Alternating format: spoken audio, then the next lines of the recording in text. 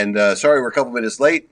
I would like to say technical difficulties, but really it's an ID10T problem. If you want to know what an ID10T problem is, just write it down and you'll know. It's my fault.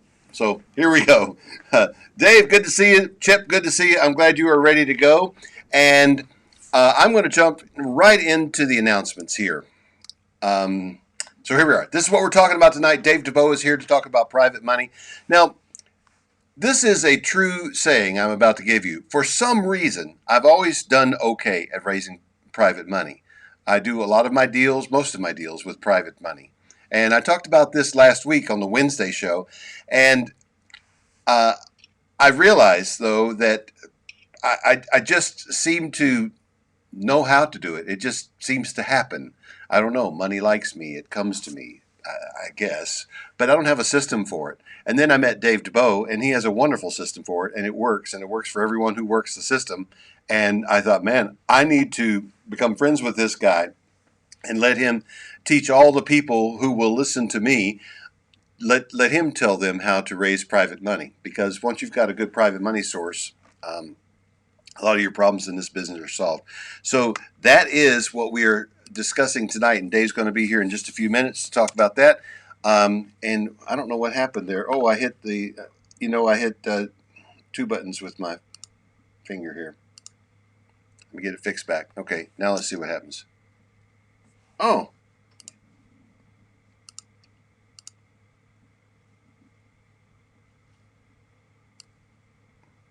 Get that set up. Yeah, I'll just play with the software here while we're live. Okay, that's tonight. All right, this is next Wednesday. There we go. I was at the end of the slideshow because, I practiced it before and I forgot to go back to the beginning. That's why I kept on doing that. All right, so Stephen Weibel is going to be with us. He's going to talk about how to build a credit-worthy business. His company, Credit Suite, helps you to work with your Dun & Bradstreet rating to be able to be credit-worthy as a business. I've got some resources for you. This is screenshot time. Let me get it all on the screen. That helps. Okay. If you want to find deals, if you want a Driving for Dollars app, if you want to get funding, Bay Mountain Capital, you're going to hear from them in just a minute. Gap and unsecured funding, relatively new website, flippingamericafunding.com. And somebody used it yesterday and got approved for a loan today. And Chip, I believe you know her. If you want to analyze deals, flippingamericacomps.com. Self-directed IRA, American IRA is one of our sponsors as well. And there's a place to get insurance. If you're anywhere in America and you're getting insurance on investment real estate, you need to at least give these guys a call. Use that link right there. And if you buy an insurance policy, I think they pay me $9, some sort of a affiliate fee, and I appreciate it. It helps keep us going here. And deals from the MLS. I'm a big fan of Privy. In fact, I was on the phone this afternoon with my wholesale team, and we were looking at Privy. We were using the flippingamericacomps.com too, which is basically a white label version of PropStream. I don't mind telling you. If you want to use PropStream, go to flippingamericacomps.com and get it that way because, again, that's an affiliate link, and it will support what we're doing. Okay? Either one of those, both of them. We use both. If you want to listen to the podcast Flipping America, all you have to do if you have an Echo device is just say the magic words, Alexa, play the podcast. You have to say it in that order. If you say, Alexa, play Flipping America, I don't know what it'll do, but it doesn't do this. If you say, Alexa, play the podcast Flipping America, it will play the last edition of the show. This is a show, Flipping America started as a coast-to-coast AM/FM broadcast. We still do that. It is a podcast. It is the Flipping America RIA today.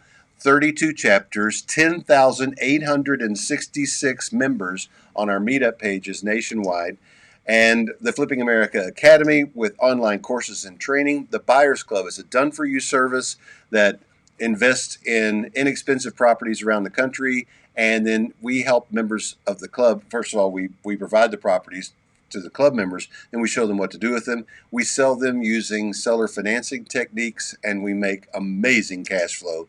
And we are opening up the club. It's an exclusive club with a closed membership, but we are opening it up in the latter half of June.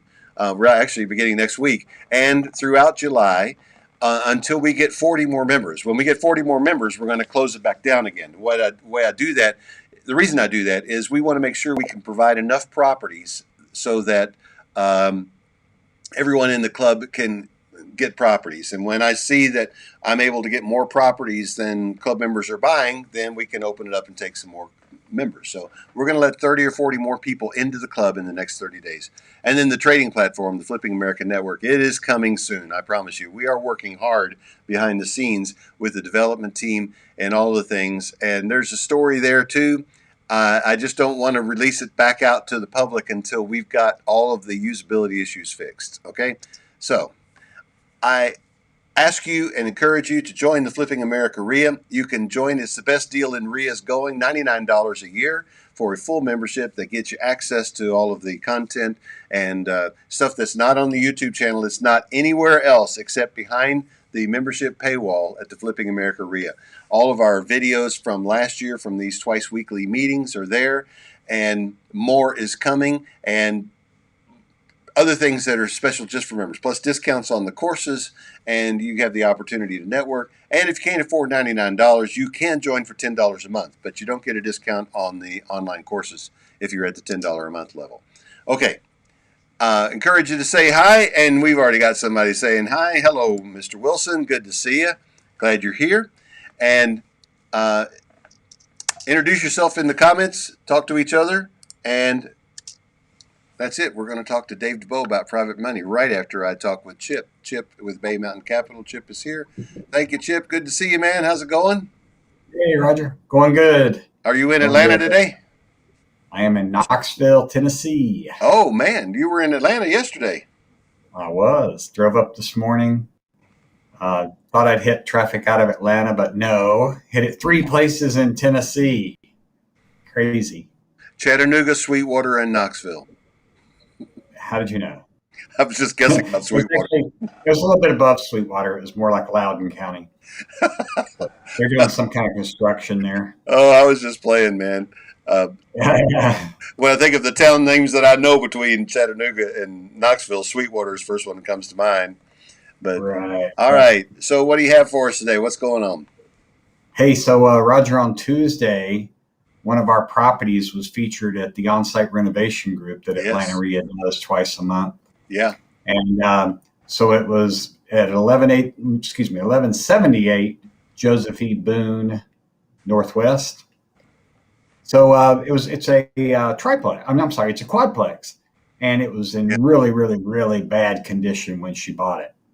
Each of the units is a 2-1, and she fixed it up really nice. She put $117,000 into it. She bought it for $185,000, so just over $300,000 total. And we were not able to give her a 100% loan because the as-is value came in about $20,000 less than she bought it for. So we have to factor that into that. Then also the appraisal came back a little bit low.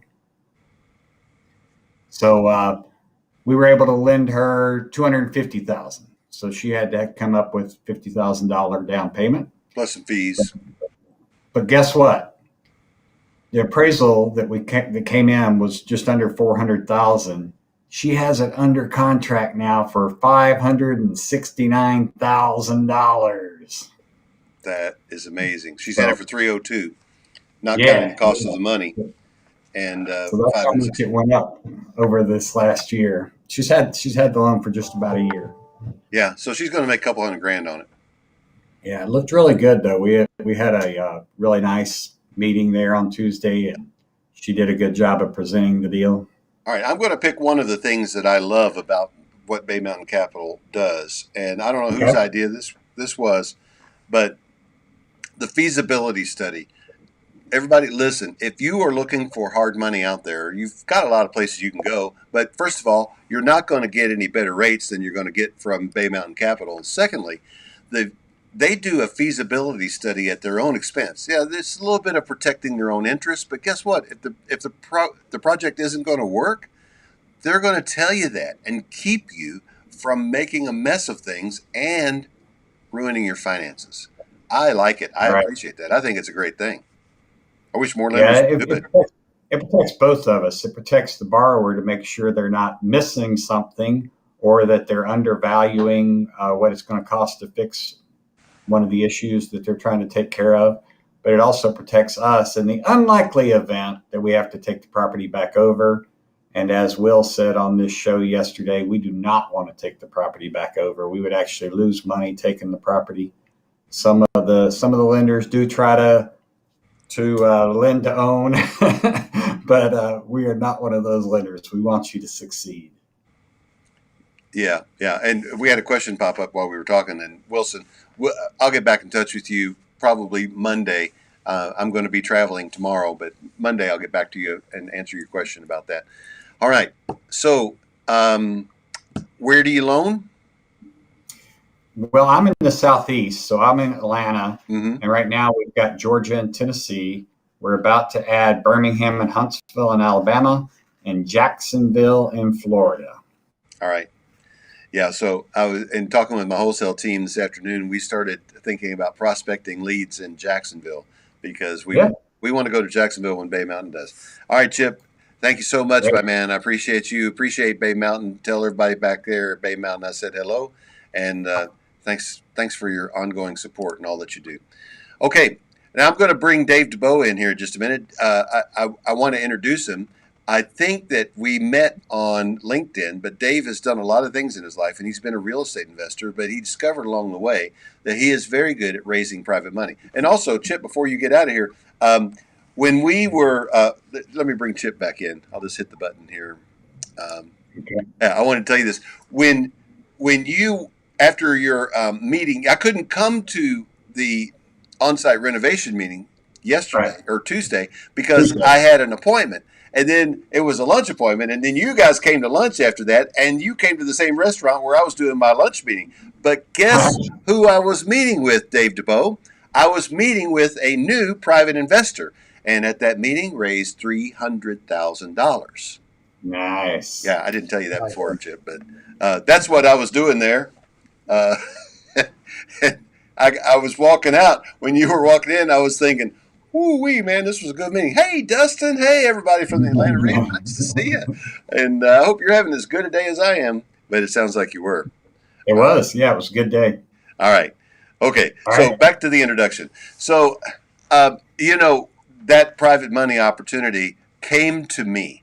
Now, part of it is because I do this show and a lot of people know me and what I do is pretty public. I get that. That kind of gives me an unfair advantage. I realize that. But I am telling you that any of you can raise private money if you will listen to what Dave DuBeau is about to tell you. Now let me bring him in here. Dave, how you doing, man? I'm doing great, Roger. Thanks for having me. How's the weather where you are? Absolutely phenomenal. Yes. Even though I'm way up here in Canada, summer has struck, so we're I know. Warm and sunny. Beautiful, beautiful sunshine, not humid. In Atlanta today, it was 86 degrees with 95% humidity. And that's a cool summer day for us. Yes, it is. We'll have 20, 30 days over 90. Right. How you doing, man? I'm doing great, Roger. 95% humidity. Oh, okay. We were getting a little echo back there. All right. Anyway, so now what time does the sun go down where you are, by the way? I'm curious about that. These days it goes down around 10:30 p.m. Yeah.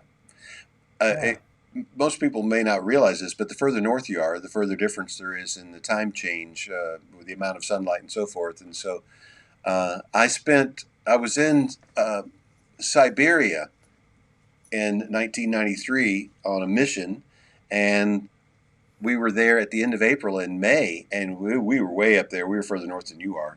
But it was already staying light till 10 o'clock, and I'd never experienced that being a boy pretty much from the South. And it was freaky, man. It was time to go to bed, and we still had several hours of daylight left. And yeah, man, when I was growing up as a kid, I come from a place further north than this, and literally they call it the land of the midnight sun because 11:30 at night, it's still really light. We'd be out on weekends riding our bikes as kids and that kind of stuff. So, but it goes the other way in the wintertime. So it stays really dark for a long time. So it kind of balances out. that's when you head to Arizona. That's when you go south. But answer me this. I know this is not the topic, but hey, it's my show. I can do Yeah. whatever I want. Answer me Yeah. this. And when you have those long days, do you tend to just stay up later and sleep less? Yeah, man. These days I'm sleeping 6 because the sun comes up around 4 o'clock in the morning, Yeah, 2 kind of, right? So yeah, I'm yeah. sleeping 6 hours, but I feel good. Might look like crap, but I feel good. So yeah, I wonder if the human body's sort of natural rhythm can move like that with the sunlight. And do you sleep more in the wintertime? I don't. I do a little bit, but yeah, I think it does actually. I think you do kind of adjust. Except we got so much artificial light and everything these days, and Yeah. you know, Well, stuff all that right. you gotta. So I'll just throw this out for those of you that are aspiring to be real estate investors and have some freedom in your life. I haven't used an alarm clock in 5 years. I go to bed when I'm tired and I get up when I'm ready. Of course, I'm getting to the age now. I get up when things start hurting. I Or you told, got to take a leak. That's what I'm getting up. yeah. Well, then I go back to bed. But I told my intern today, wait till you get old enough that you injure yourself in your sleep. I don't know what I did, but I woke up this morning with something completely new in my knee, and I could barely walk for a little while, and it's swollen. I don't know what happened in my sleep. I didn't have that aggressive of dream or anything. It Anyway, doesn't sound like fun. it's all right. So, Hmm. man, really good to see you. I'm happy that you were willing to take time to share with us your system because I love it, and people need to Always. hear it, and people need to hear it over and over again.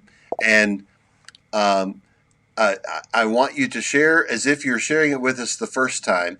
Sure. Start from the beginning and take us through. Are you going to do the 5 steps thing? No, I'm going to do something. Well, kind of. I'm going to do a different presentation. I don't Okay. think you've seen this one, Roger. So it'll be a little different for us. Am I able to share my screen here? Yeah, I think you've got an option to do that. I'm going to turn it There you over to go. you, and let's see.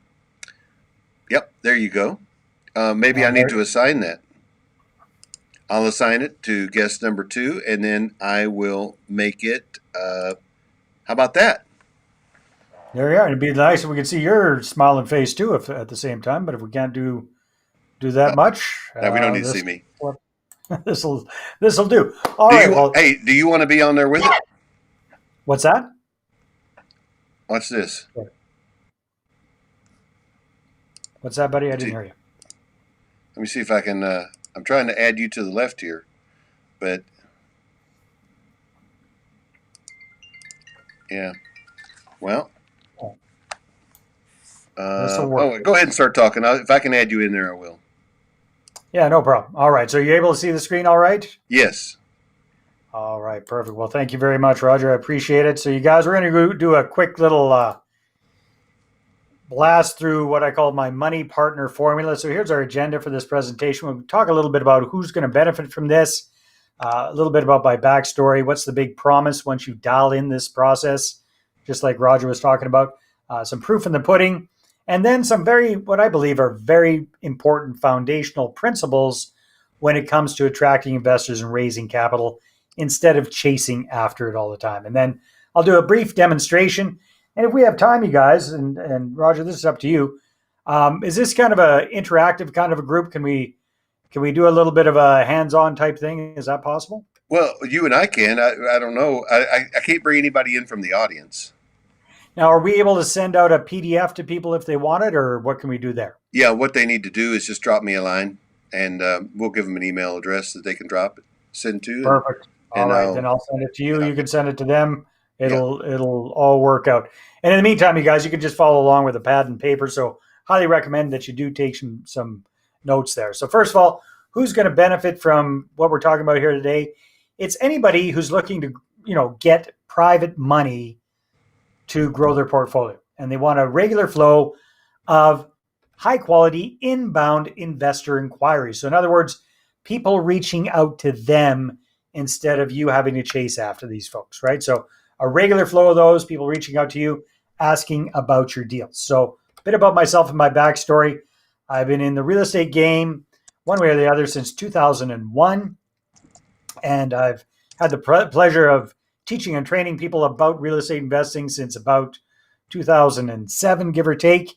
Written a bunch of books about this, co-authored some stuff. But more importantly, following this process that I'm going to be showing you here, a lot of people have gotten some phenomenal results. For example, Brendan. Brendan was brand new to raising capital, and his very first presentation, he didn't just get one investor. He actually got 3 investors on board right from the get-go, right? He did his first presentation to a friend of his mother's. The lady was so impressed with Brendan and his presentation, she said, I've got 2 friends that need to see this. She brought them over. He did the presentation again. He got 3 investors from his very first presentation. It works very well with experienced capital raisers. So Marco Naba already has some experience raising capital for single-family homes, smaller deals. He got his first multifamily under contract. We worked together. He was able to raise $440,000 right off the get-go for that first apartment building deal that he had. 6 months later, rinsed and repeated the same process, raised over $1 million from the second time around. And then grow investors, people that already are raising capital on a very regular basis, have also applied what I'm going to teach you here tonight to really automate things, systematize things, and start getting investors coming to them instead of them having to endlessly network and follow up and cold call and dial for dollars and all that kind of icky stuff that most of us would rather not do. So John and Paul, they did this. They have self-storage facilities actually in your neck of the woods, if I'm not mistaken. I believe they have a number of facilities in Georgia, and ended up raising $1.5 million lickety-splickety following this process as well. So again, what's the big promise here, you guys? Well, once you start to implement this, I want you to imagine that you're sitting at your kitchen table enjoying a cup of coffee first thing Monday morning, and you hear another notification come over your phone, and a smile comes across your face because you realize there's another investor reaching out to you about your deals. They're reaching out to you. You're not chasing after them. They already know what the minimum amount you require from your investors is, and they've got it. They know what kind of deals you do and where you're doing them. And more importantly, they see you as the number one choice of where they want to be investing their capital. That's the end goal of this process. A bit of proof in the pudding here. Myself, when it comes to raising capital, I've raised millions of dollars for my own deals, but I've helped other people raise significant capital. So for a number of years, I worked with an up-and-coming real estate guru, a trainer, and an investor, and helped him grow his company to where they're raising over $200 million a year in investor capital. Myself, when I was doing single-family homes, I raised hundreds of thousands of dollars for those, and then transitioned into multifamily properties. I've raised millions of dollars for those kind of deals. But more importantly, I've helped what I call mom and pop real estate investors across the States and across Canada cumulatively raise well over $300 million for their deals and counting. So, for example, Aaron Belmore followed the process very quickly, raised $673,000 for a couple of sixplexes. John Simcoe's by far my most successful student to date, has raised well over $32 million. In fact, he's kicked my butt. He's raised way more money than I have personally. But again, these folks are doing this without having to dial for dollars, without having to endlessly schmooze or network or turn every conversation into a real estate conversation, without alienating people, without being high pressure or salesy, without having to be a super slick presenter or feeling nervous when they're presenting, without coming across like a beggar with their hat in their hand, kind of looking for a handout, right? And without having to hear people say, hey, you know what, sounds kind of interesting. Let me get back to you about that. And they don't have to spend a lot of time figuring it out or putting it into play. It's all about setting up the systems and the processes so you're getting people reaching out to you, booking meetings with you, kind of like what you had there, Roger, the other day with that luncheon meeting that went so well for you. So you just have a meeting with them, you show them what you've got, and you get them to commit, right? So you can do this one-on-one at lunch or at a coffee shop. You can do this online these days. A lot of people are feeling more comfortable doing Zoom meetings or in small groups or online group presentations as well, whatever you want to do. But again, it's all about having them after they've reached out to you, okay? So what we're going to do, and I think we did this before, Roger, but I want to do it again. I want to use your numbers if you're okay with that. Sure. And that's taking a look at the lifetime worth of an investor. And you guys, this is a really important concept for you to understand. I taught this to one of our clients, Anthony, and it absolutely blew his mind. Have a little listen to him, what he had to say about this whole idea of the lifetime worth of an investor. I would say 4 weeks. Oh, wait a sec. I don't know. Can you hear that? Yeah, we can hear it. You can hear it? All right, perfect. We've just brought in $900,000. It's like, it's good. It just pumps you up, right? Yeah, that's awesome, man. So how did you bring in the 900 grand over the last 4 weeks? Yeah, part of it's been ongoing dialogue with people. Yeah. Part of it's been kind of seeing what's going on, and then kind of also getting communication from us with this side we're doing with you. So it's just putting the word out there and constant communication without pushing anybody. Yeah. They know what you're doing. What's really starting to apply here is that thing we did with you where you see the lifetime worth. That really hit home, because then we're sitting there going, oh, let's do the number on that. Nice.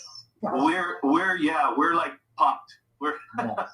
This definitely helps. It gives you that extra push. Like, you give us that extra push we need to not sit, because we set lofty expectations for ourselves, but we know we can't do. We need somebody to kind of guide us.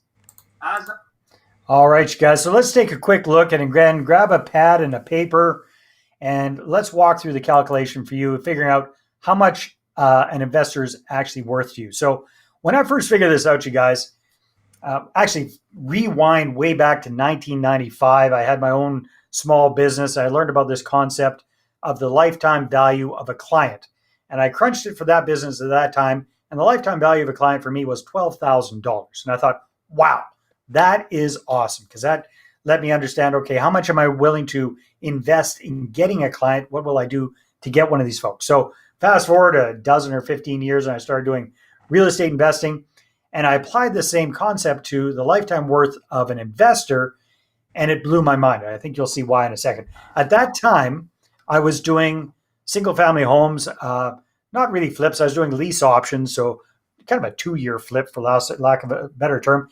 And I figured out after the smoke cleared and I paid everybody else out, my net profit on an average deal was about $40,000. So one deal, $40,000 in profits in Dave's pocket, right?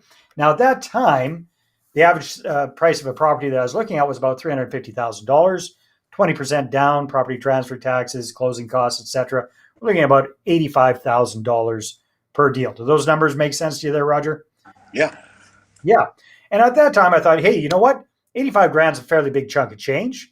So I think probably one investor is going to do one deal with me, which means that the lifetime worth of an investor would be $40,000. And that's pretty good compared to $12,000 from the previous business I was in. But guess what? I was wrong, because if you do a good job with your investors, they're going to want to do more deals with you, right? So then I figure, okay, well, let's be conservative.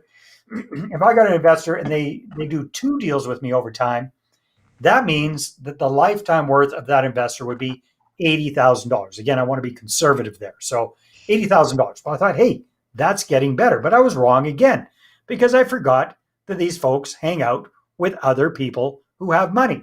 So we do a good job of getting referrals and testimonials and this kind of thing.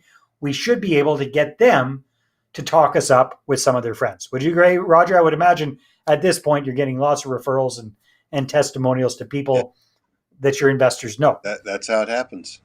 That's the beauty of it, right? And that investor, again, if being very conservative, let's say they do 2 deals with me.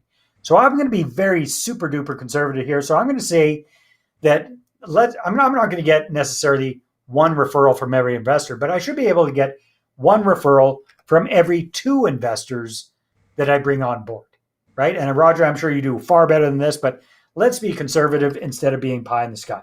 So for every 2 investors, we should be able to get one referred investor. So that really means one investor would be the equivalent of 1.5. Are you following? That's as tough as the math's going to get you guys. So that's what this is what that looked like for me. So now lifetime worth of an investor went from what I thought was going to be $40,000, and I thought that was great. It went to $80,000. I thought that was great. Now it's conservatively $120,000. Now that is 10x what I was getting in my previous business. And this is why we're in the business of real estate investing, folks, right? So that's if you get one investor. But what if you get 3, 4, 5, 6 investor partners on board? You do the math there. So let's do a quick little worksheet here, you guys, and you can take a screenshot of this. I'll give this to Roger, and he can send it to you if you request it. He'll give you the email address to ask that for there. But you can just kind of take a screenshot or just jot down some numbers as we go along. We'll fill this out as we go along. So how do we figure out the lifetime worth? Well, we do the following. We got to figure out what's the average profit you're making on an average deal. Not your best deal ever, not your worst deal ever, your average deals. So Roger, I know you're big into flipping. What would you say is the average net profit to Roger after the smoke clears, you pay everybody out on a deal? Before I do the profit split, or just to me? Just to you, after you've done the profit split. $25,000. $25,000, right? Because you're doing flips, correct? Yeah. Yeah, that makes sense. So that's a good profit there. So how do you take into the average profit per deal? All of the different ways that you make money. And depending on what real estate investing strategy you're focusing on, there are a variety of different ways that you make money. With flips, obviously, it's primarily with forced appreciation, right? Yes. Exactly. All right. Now, next thing we want to take a look at is how many investors do you need on average per deal? And this is my rule of thumb. Roger, yours might be a little bit different, but I don't really want to work with investors, with multiple investors, if it's under $100,000 that I need, right? So my minimum investment is usually around $100,000. I want to have one investor per single family home type deal. Now, if I need $200,000, I might bring on two investors. See what I mean there? Exactly. And then let's take into account repeat business. So here's where it gets a little bit interesting. And again, I'm being very conservative. So for long-term buy and hold type deals, I'm going to say that an investor will conservatively reinvest with you at least twice. However, if you're doing flips, you got a bigger, higher velocity of money. You're in and out of deals a lot faster. So you're going to be doing more deals with the same investor. But again, being very, very conservative, let's say that they're going to reinvest with you 6 times. Would you say that that's pretty conservative there, Roger? Because you know far more about flip investors than I do. Yeah, 6 is a nice conservative number. Yeah, what would you say is reality? What would you say is probably your realistic number? Well, I've had a lot of them that just do one, and then they say, "Okay, I got this figured out. I don't need you anymore." But then I have some that have stayed with me for 20 or 30 deals. But wow. Most. So maybe averaging it out 6 might be good, might be okay then. Oh well, I've had a few investors that I've done more than 100 deals with, but I've been at this a long time. Yeah. And they were willing to stay with me for years because they wasn't anything better they could do with their money. Yeah, definitely. So why don't we just use 6 then for the sake of this? Yeah, that's safe. That's definitely safe. Okay. As long as you're making money, you're going to get 6 flips out of them. Yeah, exactly. And then now I know you're a pro at this, but would you say that the average person could probably get 1 referral from every 2 investors that they bring on board? That actually is about right. Yeah. Okay, cool. All right. So let's be conservative. Yeah. So 1.5 referral factor. And I want to say this too. I don't even ask for referrals. They just do it. Well, and imagine what you'd get if you did ask for it. I know. I'm thinking about that right now. I'll give you some tips on some very effective ways of doing that without it coming across as weird. So remind me if I have time at the end of this, we can discuss that. So you guys, you're gonna have to excuse me. I know you guys are into the flipping.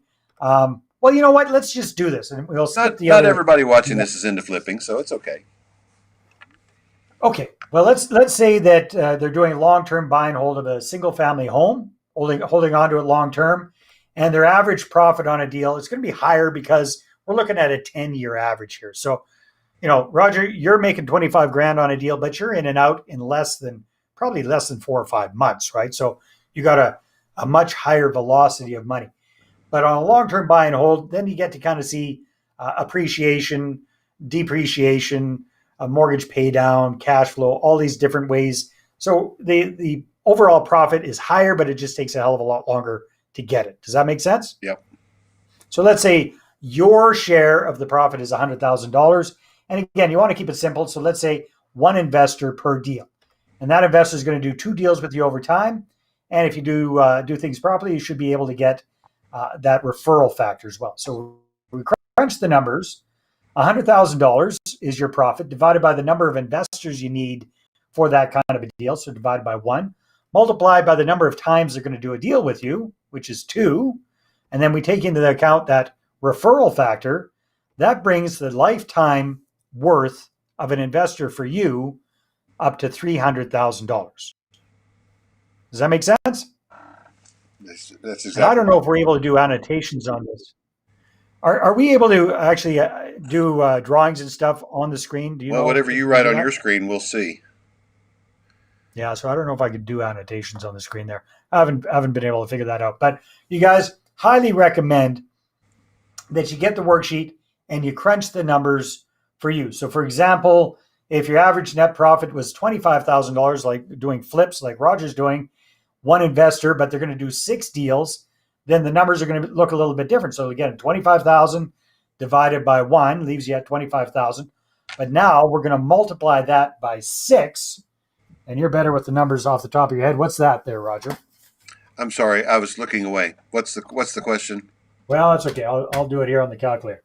So we're using your numbers now. So you're going to have to imagine these. You're going to have to write these in. Oh. 20 instead of 100,000, we got 25,000. 25,000. Yeah, divided by 1 investor to do a deal, right? Uh-huh. Multiplied. They're not going to just do 2 deals, but they're going to do 6 deals with you. So multiply by 6. 250,000. What do we got? Is that right? So what did you see your profit was? 25,000? 25,000 times 6. Yep. 250,000. 150,000? Yep. Yeah. Times 1.5 for our referral factor brings that up to $225,000 conservatively for you for a flip investor, which is pretty darn good. Did you say 375? 225. 225 is what I came up with. What is it? Again, I'm sorry, 25,000 times 6? 25,000 times 6 is 150,000, right? Oh, yeah, I did that math wrong. All right. Yeah. Times 1.5 brings it up to 225,000. All right. If my calculator is behaving itself. That's fine. That's good. Because I'm not doing that stuff in my head. All right, you guys. We didn't have time to do that. But bottom line is, when you crunch this number for yourself, you're going to realize that even one investor, for most people, can change their financial life forever. Especially if you take things into account, like the average salary for the average American, according to Wikipedia, so it must be right, is around $31,000 a year. So how long would it take the average American to save up $225,000 in profit, Roger? I'm going to suggest the answer is they're never going to do it, right? It's never going to happen. That's why we're in this business of real estate investing. That's why retired people are standing in Walmart saying, "Welcome to Walmart." They ain't retired anymore either. If that's retirement, I don't want it. I tell you what, man. Okay, so you guys, before we jump into the demo, let's go over a few foundational principles. Number 1, don't be that guy or gal. Number 2, stranger danger. Number 3, the golden throne.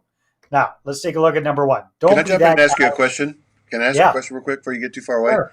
Yeah. When you talk about the lifetime value of an investor, it makes me think about acquisition cost. What does it cost to acquire one of those investors? Are you going to bring that up and discuss that?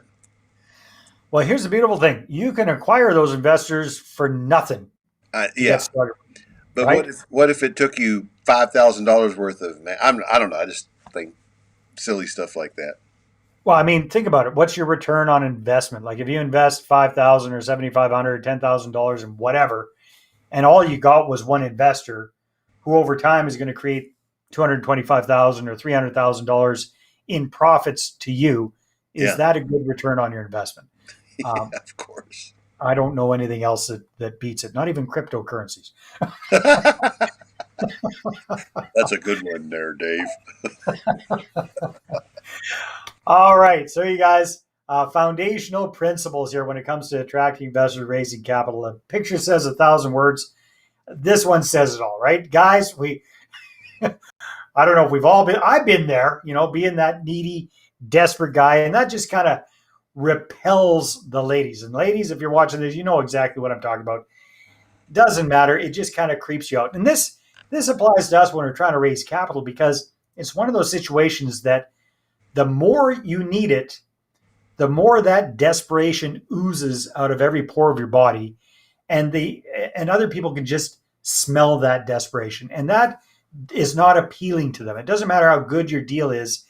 If they get the sensation that you are desperate for the money, it's going to actually turn them off, right? And it's counterintuitive, but very, very important that you understand this. So when it comes to attracting investors raising capital, just like when it comes to attracting somebody from the opposite sex, it really is about confidence, right? You don't have to be the best looking guy in the place, but if you got the confidence, that's going to go a long way. Same thing when it comes to raising capital. So how do you create that confidence? Well, it comes from experience, obviously. It comes from knowing what you're talking about. It comes from having a good track record, and it comes from having the right tools to be able to present your offers in a logical way. So again, that's foundational principle number one. Don't be that desperate kind of person. And for me, when it comes to acts of desperation, when I was desperate for money, I was picking up the phone, dialing for dollars. That did not work well for me. Networking and schmoozing, that didn't work well because I needed the money right then, and that just kind of threw people off. It turned them off. And spamming everybody I knew about my deals certainly didn't work well either. So the big idea here, you guys, is, in my opinion, when it comes to the money of the deal, you should try and get, whenever you can, get your capital lined up first, and then go make offers on your properties, because then you know that you've got the money to back you up. Does that make sense, Roger? Yeah, the only thing I would say to that is if you find a really good deal on a flip, go ahead and tie it up, because then all you need is my email address. There you go. Exactly. Roger can help you out. And that's All right. true of a lot of other cash buyers. I mean, if you have what I'm saying is, if you have a good deal, that could be an exception to the rule, a really good deal. But generally, yeah, I don't commit to something unless I've already got my money tied up, because that's, as a fix and flip investor, I've got to have my money there. But if you can wholesale it, then maybe you don't have to have it. Well, if you're wholesaling is a whole other, that's a whole other conversation. You don't need anybody's capital if you're going to be wholesaling. Well, most wholesalers don't have any money. But that's the funny thing. They typically, a lot of them are doing wholesaling to build up their own nest egg to go do an actual deal. And this is an absolute shortcut. Why do that if you can just use other people's money and go direct to the deal? Tie that deal up, knowing that you got the capital so you can actually do it, instead of having to, get $5,000 or $2,000 or $10,000. Not even that, it wouldn't be, or as an assignment fee, right? If you can make the full chunk, that's one increasing trend I see, though, is some of the people who are really good at wholesaling have decided that's all they want to do, and so they're making a living doing it. So God bless them; they're funneling deals to me. And that's beautiful. Right? That's your marketing department right there, and there's your acquisition cost, right? Your acquisition cost there is the finder's fee for that wholesaler, right. And that's a bargain, right? It just makes sense. Perfect. All right. Foundational principle number 2, stranger danger, at least when it comes to raising capital, you guys. So quick caveat here. I'm definitely not a lawyer. I'm not an accountant. I'm not a Securities and Exchange Commission guy or expert. I'm a real estate guy and a marketer, and I'm just sharing my understanding of things, you guys. So before you start using other people's money and raising capital, you definitely need to talk with a good real estate attorney and make sure that you're doing things properly. But I'm sharing my understanding, right? So you guys in the States have got this thing called the Securities and Exchange Commission, right, Roger? Yeah, that's Securities right. And Exchange Commission. And I believe each state has its own state regulatory authority as well. Yes. So you got double whammy. You got the feds and you got the state guys on your neck, making sure, and they're there to protect Joe Public from getting ripped off. So good for them. And the deal is, you and I, as mom and pop real estate investors, are not legally allowed to raise capital from the general public unless we either are licensed to do so. So, for example, a stockbroker, a financial planner, these kind of people that typically work for big institutions are allowed to receive money from the general public for investments. You and I aren't, unless we get an offering memorandum or unless we set up a corporate structure in such a way and get certain exemptions filed with the SEC and all of this kind of stuff. We're not allowed to raise capital from the general public. And for most of us, especially if you're doing flips, it just doesn't make sense to go through all that expense and rigmarole if you're looking to raise $100,000, $200,000 to do flips, right? So where does that leave us? Well, there is an area where we typically are allowed to work with other people's money, and that is with close friends and family members and business associates. So what's the definition of close? Well, again, that's a little bit nebulous there, but typically it's people that you have a pre-existing relationship with. You know them and they know you. And now, you guys, here's the good news. I firmly believe that each and every one of you has access to at least $1 million in capital right here in your cell phone.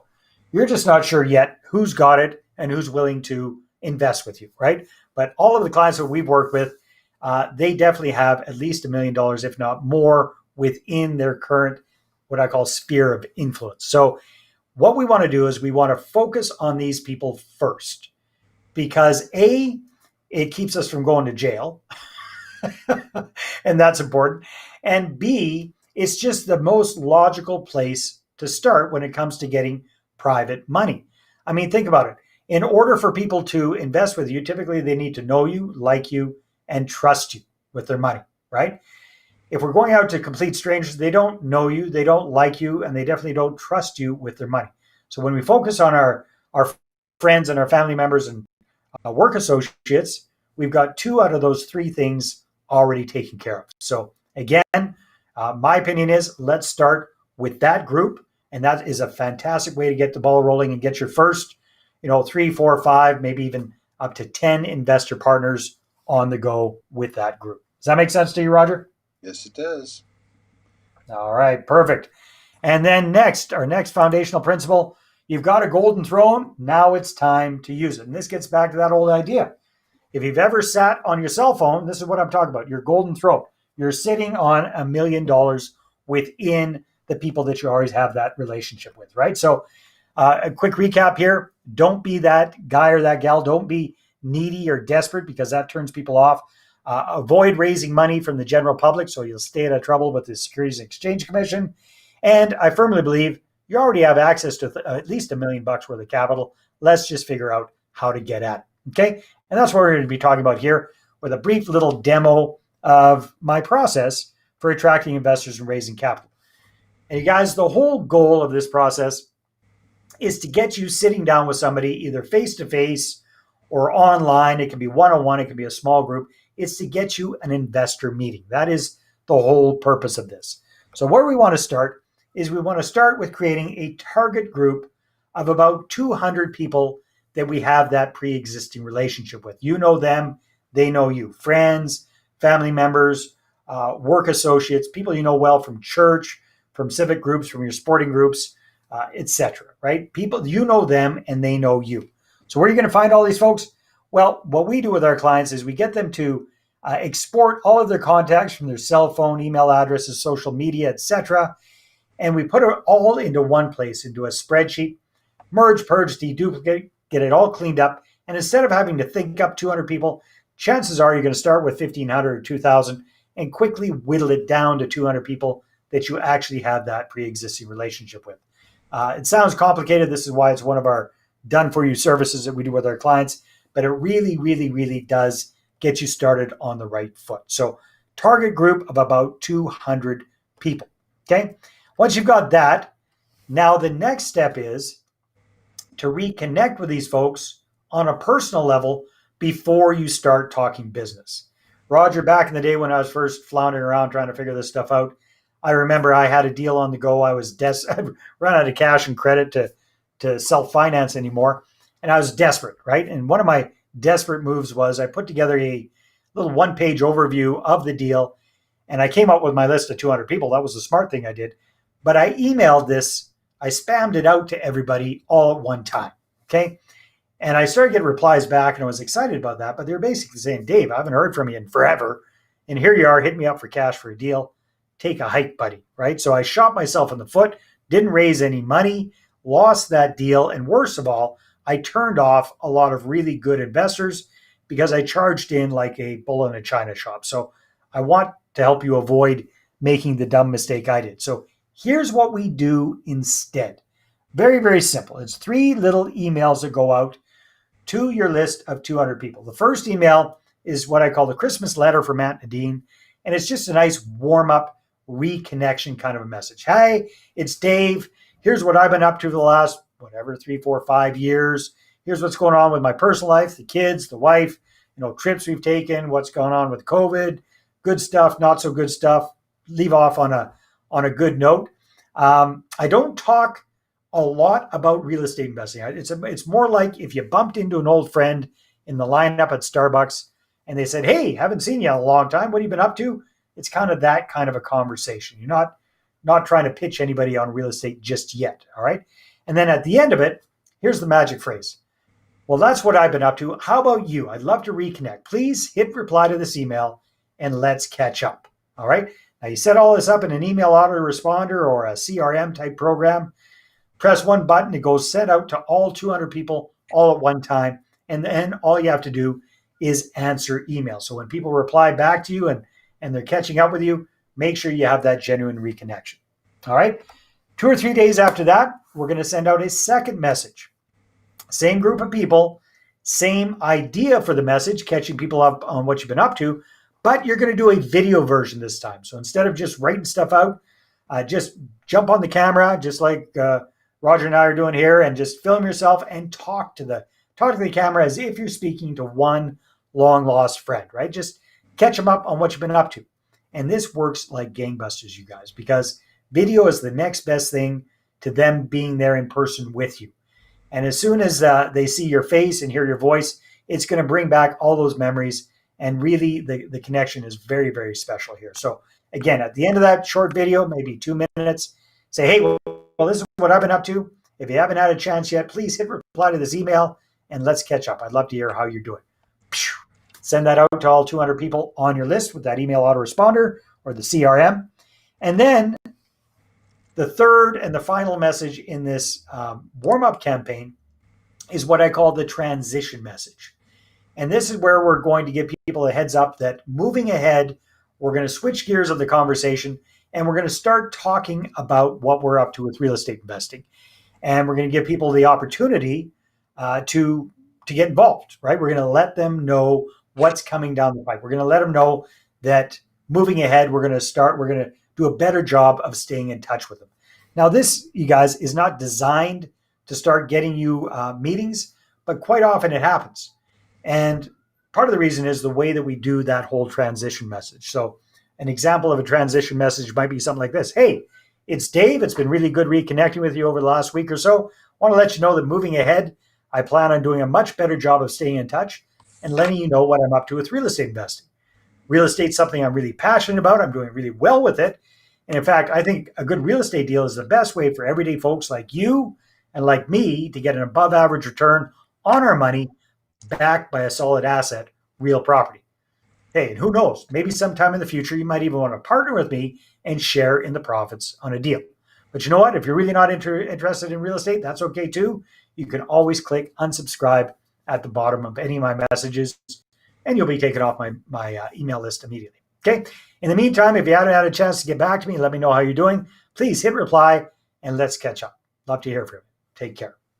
Send that out to all 200 people. So now, you guys, what we've done is a lot. We've set the stage for what's coming ahead. We've broken the ice with these people before we started talking business. We've given them the opportunity to opt out if they don't want to hear about it. And here's a hint. Very few will actually opt out if you do it right. Okay. And we've given the heads up that, hey, we're looking for investor partners. Now, again, you guys, it's not designed to start getting you meetings, but that very well could happen. So be prepared for that.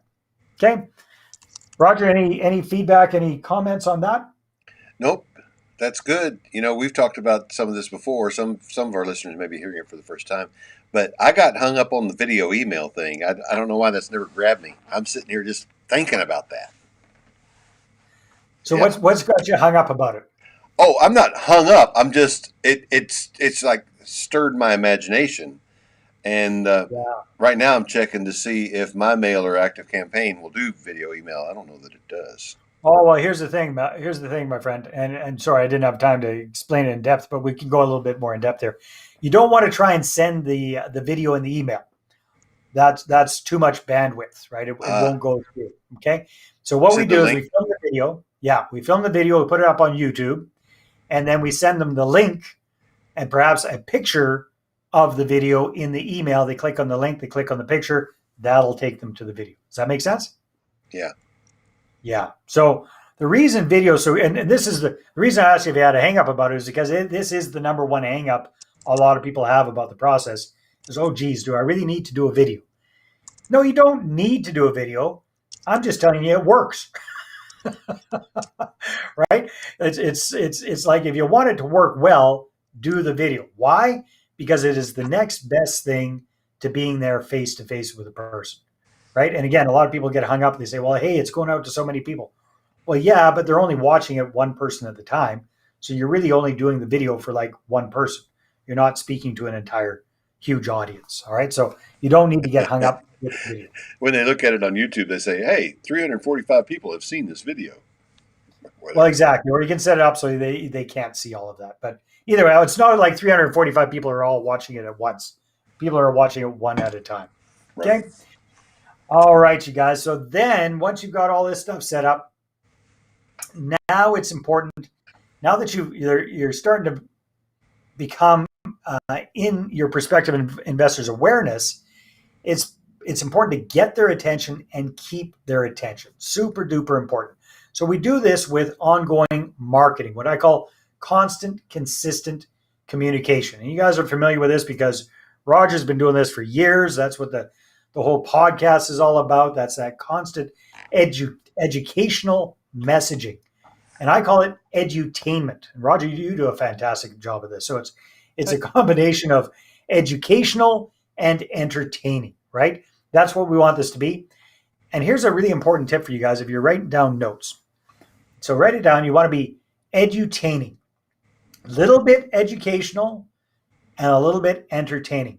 Now I'm going to stress a little bit educational because it's easy for us to forget because we're hanging out with cool guys like Roger and we're attending Real Estate Investor Association meetings like Flipping America and we're listening to podcasts and we're doing all this stuff. It's easy for us to forget that the average human being does not really give a crap about real estate investing. Right? Roger, would you agree with me on this? Oh, I know I'm sitting here nodding my head. Yeah, man.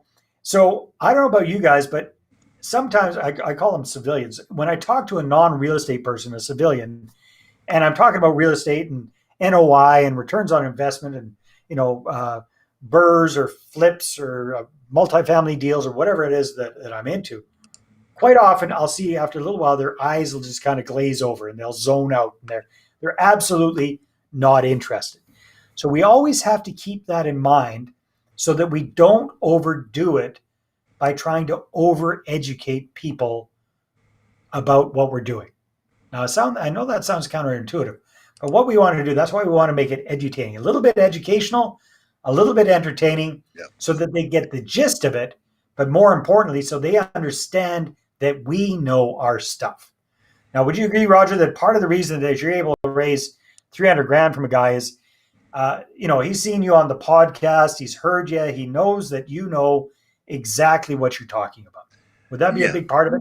Yeah. And I would add further, even people that are into real estate and interested in real estate don't want to get lost in the weeds. They don't want to hear all the details. Exactly, man. So let's give them what they want, which is kind of Reader's Digest level. Yes. And for those of us that remember Reader's Digest, it's a magazine written for grown-ups. However, it's written at a 13-year-old reading level, right? So that doesn't mean they're just for not very well-educated adults. It just means it's easy to consume. We want the same thing with our marketing, all right? So it starts with a really good investor-focused website, and then make sure that you've got some marketing coming out on a regular basis. It could be a variety of different things. One of my favorite things are short, sweet little video logs, 2-3 minutes long. You have one of those come out, let's say once a month, and then Perhaps once a month, you also have an electronic newsletter come out. And then maybe in between those, you've got a blog post coming out, so that they're getting something edutaining from you, ideally about once a week. That's what we do with our clients when we do our done for you services. We make sure that they've got a piece of content, edutaining content coming out once a week. And then here's the big thing, you guys. Big mistake a lot of people make with their marketing is they don't have a specific call to action. So folks sometimes say, well, Dave, how are you getting people, booking meetings with you? How are you getting people reaching out to you about your deals? How are you getting them coming to you pre-educated, pre-motivated, pre-qualified, predisposed to investing? It's by doing this marketing and then being very explicit about what I want them to do. So at the end of all of the marketing, it says, hey, if you'd like to find out how this can work for you, click on the link below and book a call, right? That's how these meetings start popping up in your calendar over and over and over again, especially the more you do this, you guys. So the longer you do this, the more you do this, the more it's going to really start that whole snowball effect and start getting your calendar booked up with these investor meetings. Okay. So that's it. That's the keys to the vault, you guys. Now, again, we've gone over this pretty quickly in about 35 minutes.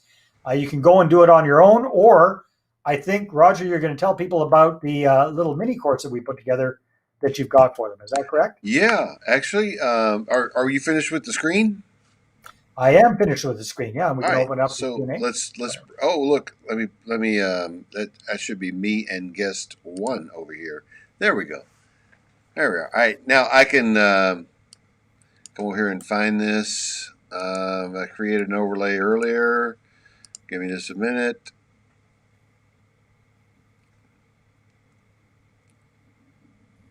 There it is. How about that? If you will follow this link, bit.ly/private money course, Dave and I visit with each other over 4 lessons. There's actually 5 lessons in the course, I think. It's been a minute since I looked at it, but we visit together and ask a lot of questions, and he goes in depth in all of these processes, and we talk our way all the way through it, and we run examples and numbers and so forth. Now, if you use this link, the course is completely free. There's no coupon code needed. You'll go right to the sign-up page, and you can take the course for free. I don't know how we can give you a better offer than that, except here's what I also will do for you. When you take this course, I really want you to spend a day with Dave. And so at the end of the course, you'll see that I'm willing to pay for a voucher for you to spend a day with Dave. Dave and I have worked out a deal, and you need to pay. Is this still on, Dave? I probably should ask you, but you need to pay the $49 for the day, and then when you actually show up, you get your money back, right? Perfect. Yeah, we can do that. Actually, I've increased the price to $97. Okay. But no, that's okay. We've got a discount code that I'll get for you, so we make sure we make that permanent. So you can get it. Basically, it'll be a seat deposit, you guys. I need to make sure that we keep the full day workshops really, really small, usually about 45 to 50 people max. So if you book a spot, I want to make sure that you're actually going to show up for it. But then because you're part of Roger's gang, we'll make that a seat deposit. So you get that refunded to you at the end of workshop. Yeah. I want each of you to spend a day with Dave, because you're going to learn so much more. All of this stuff and the steps broken down, answers to your questions, and everything right there in front of you. I want you to do this because I want you to become a real estate millionaire. My goal is to train 1,000 of them, or help 1,000 people become real estate millionaires sometime before I retire. Well, I don't ever really plan to retire. I'm having too much fun doing this, but anyway, I want to help you, and Dave can help you, and so it's really, really important to me that you sign up for this, because he can teach you things that I can't. His approach is, well, let's just say my approach is a little haphazard by comparison, and Dave, he's got it down. Man, I appreciate it. See, I'm looking at the comments over here on my screen to see if anybody has posted any questions for you right now. If any of you are watching have questions right now while we're live, you've got about 5 seconds or 10 to post a question in there. Otherwise, we're going to wrap things up. Really great job. Terrific presentation. And Thanks, buddy. yeah, I liked it. I like your use of the graphics. I was thinking, that "Don't Be That Guy." I think I've seen that your picture there where that guy's on his knees like that, and every time I see that picture, I think, listen, gentlemen, if you are capable of getting on your knees in that particular pose, and if you will do this, you'll never get that girl. I promise. Anybody that can kneel like that will never get that girl. Well, just let the look on her face said it all, right? It just grossed her up. Yeah. All right.